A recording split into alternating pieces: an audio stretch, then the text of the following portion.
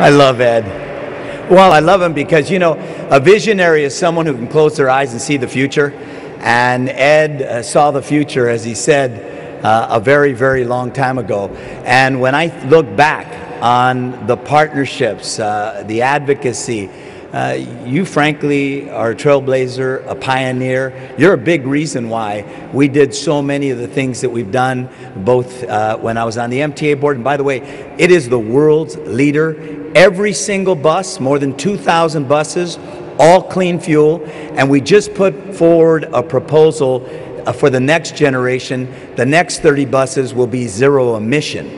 But this was the man who got us there. And I want to thank all of you for having me, and thank you for taking me out of order. I'm supposed to be two places at the same time, but I did want to be here.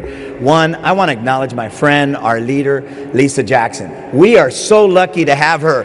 I mean, you know, and when you think of all the guff she has to get when she's before the Congress, and some of these Neanderthals asking the kinds of questions that they do, and her there stoically talking about the science and breaking the myths and really talking about the future. And I want to thank you, and thank you for acknowledging her today as one of your leaders, Women and the Green Economy 2011 Leadership Award. And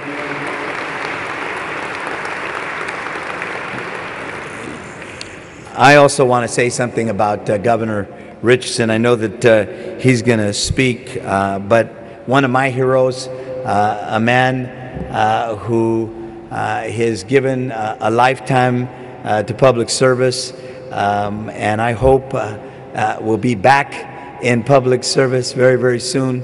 But a great leader, an environmental leader as well, and thank you. It's great to be here with you. I'm going to cut my remarks short. The good news is I'm not going to read all of this, but I do want to say a couple of things.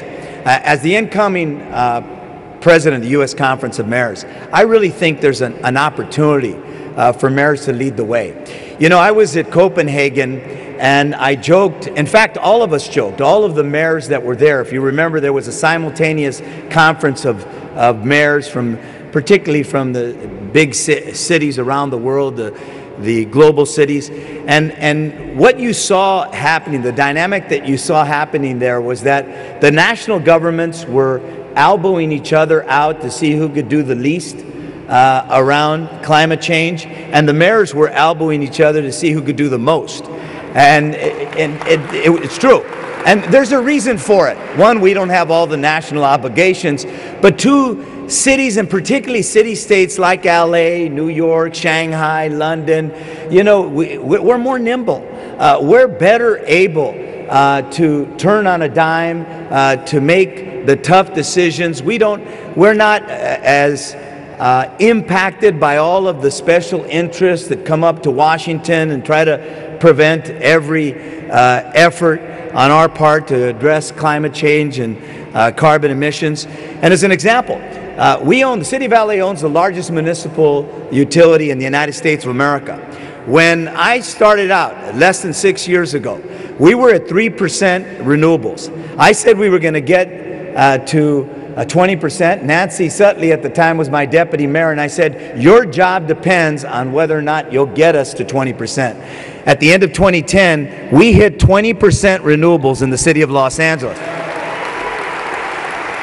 We're conserving 19 times the energy that we did 5.5 years ago. 19 times the energy. Our effort to clean up the port is the most far-reaching effort to clean up a port in the world. 80% reduction of diesel emissions from trucks. 80%. EPA gave us an award for that. A 56% reduction in DPM, 52% reduction in NOx, a 36% reduction in SOx. We actually use the same amount of water in LA today that we did 31 years ago in LA.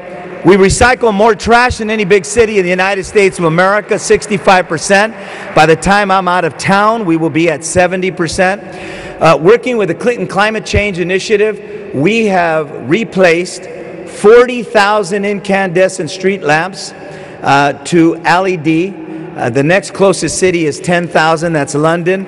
We'll be at 144,000 by the time I'm out of here, or my next deputy mayor will be out of a job. And more LEED certified buildings than any big city in the country, and more importantly, more square footage. Some of the toughest green building standards in the nation. We hit the Kyoto Accords in October of 2008. As a municipal utility, we're now 20% below 1990 levels, and for the city overall, about 10%. So it can be done. I believe that cities are going to lead the way. Cities clearly, although we're 50% of the world's population, we're 2/3 of the greenhouse gas emissions that are emitted, and very definitely have an opportunity and a role to play. So I wanted to come, one, to acknowledge all of you who are leading the way. You got a tough job here in the Beltway, talking about a greener future with too many people, and by the way, President Obama excluded, too many people who don't understand where the future is. Because all of this we've done, not just because we want to do the right thing and we want to address climate change. We're doing this because we see where the economy is and where it's growing. We put a clean tech manufacturing center together. We brought USC, UCLA, Caltech all working together in a joint partnership to develop and create the technologies that will clean up our port, our airport, our city, your cities, and the world. That's where the future is, and I want to thank you all.